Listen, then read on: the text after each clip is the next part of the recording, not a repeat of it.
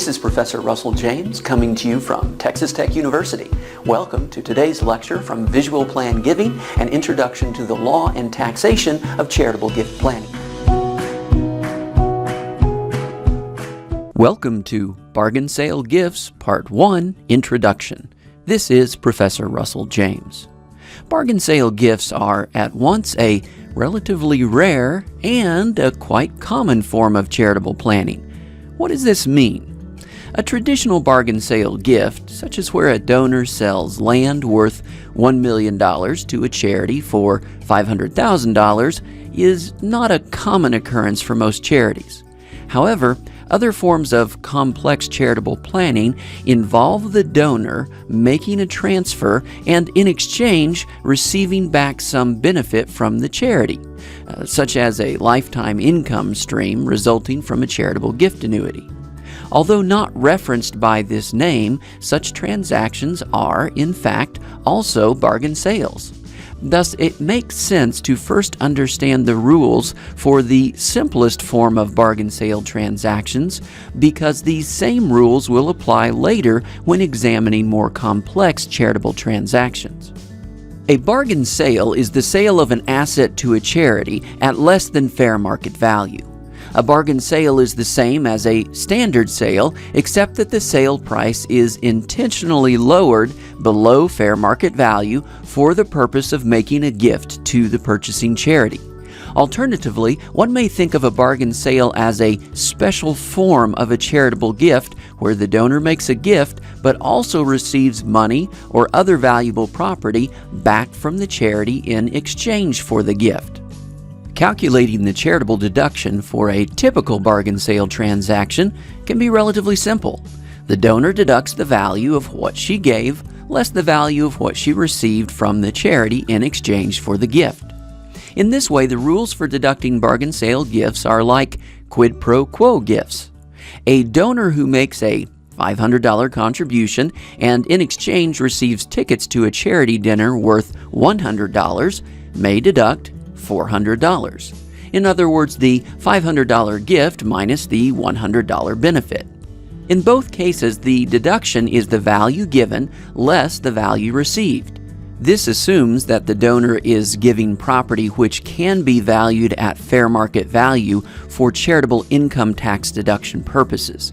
If the donor gives property that can be valued only at the lower of basis or fair market value, then the charitable deduction rules are a bit more complex and will be reviewed later in these lectures. Following the same idea, suppose a charity wants land owned for more than a year by the donor that is worth $1 million. The donor offers a lower price in order to benefit the charity and subsequently sells the land to the charity for $400,000. In this case, the donor has made a $600,000 charitable gift. In other words, the $1 million of land given to the charity minus the $400,000 payment received from the charity. A bargain sale can occur even where the charity does not directly transfer money to the donor.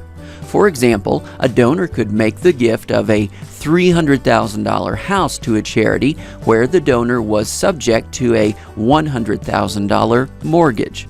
The donor has exchanged property worth $300,000 for debt relief of $100,000, thus making a gift of $200,000.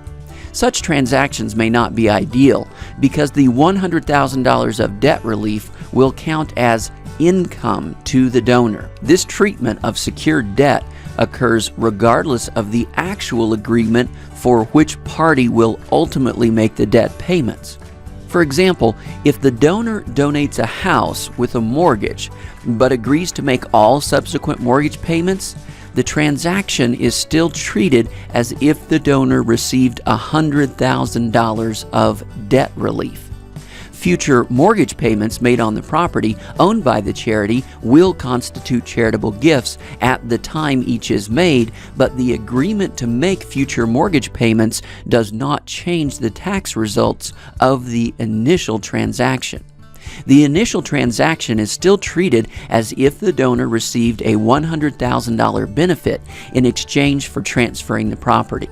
Similarly, The donor is treated as receiving $100,000 of debt relief, even if the donor is still legally liable to pay the remaining debt. For this reason, it is often disadvantageous to give debt-encumbered property to charity.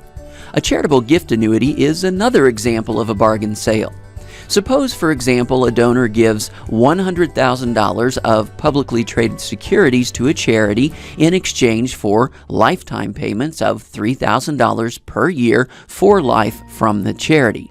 In this case, the donor has made a charitable gift of $100,000 less the value of the annuity. Calculation of the value of such annuities will be reviewed in the lectures on the taxation of charitable gift annuities.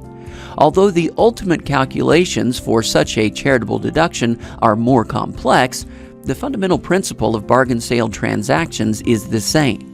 The donor deducts the value of what he gave less the value of what he received back in exchange from the charity.